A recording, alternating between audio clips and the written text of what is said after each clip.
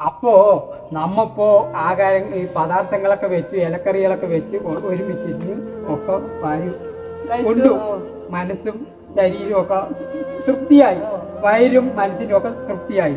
പക്ഷേ ലോകത്ത് ഒരു ഒരു പിടി അന്നം കിട്ടാണ്ട്, ഇത്തിരി കൊണ്ടുവന്നരിക്കാൻ വെള്ളം കിട്ടാണ്ട് അലിയുന്നവരുണ്ട്, ജീവൻ നഷ്ടപ്പെടുന്നവരുണ്ട്.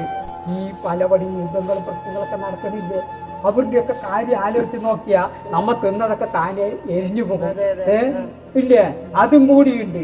ഇപ്പൊ സോളോ പാലക്കാട് പറയുന്ന ചാനലുകാര് ഈ വെച്ചു വളമ്പി ജനങ്ങളെ കാണിക്കുക മാത്രമല്ല, നാട്ടിൽ നടക്കുന്ന പ്രധാനപ്പെട്ട കാര്യങ്ങളിനെ കൂടി ജനങ്ങളുടെ മുന്നിലേക്ക് എത്തിക്കും എന്ന് എനിക്ക് മനസ്സിലായി.